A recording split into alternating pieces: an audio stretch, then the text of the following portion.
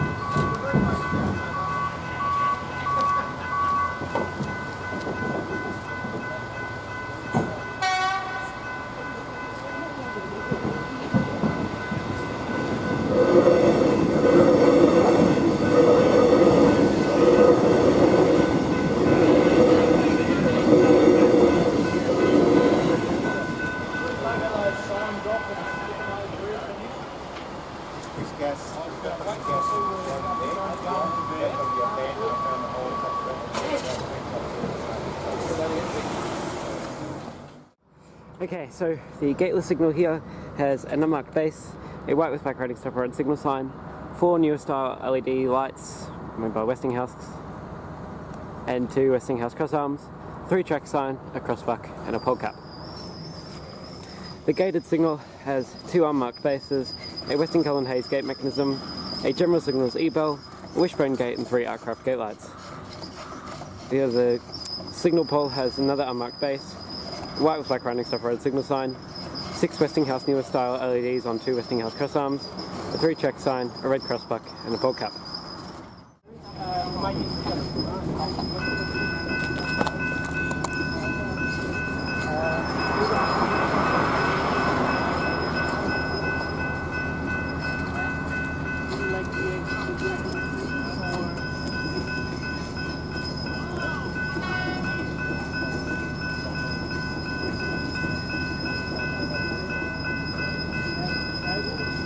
Yeah, 382 and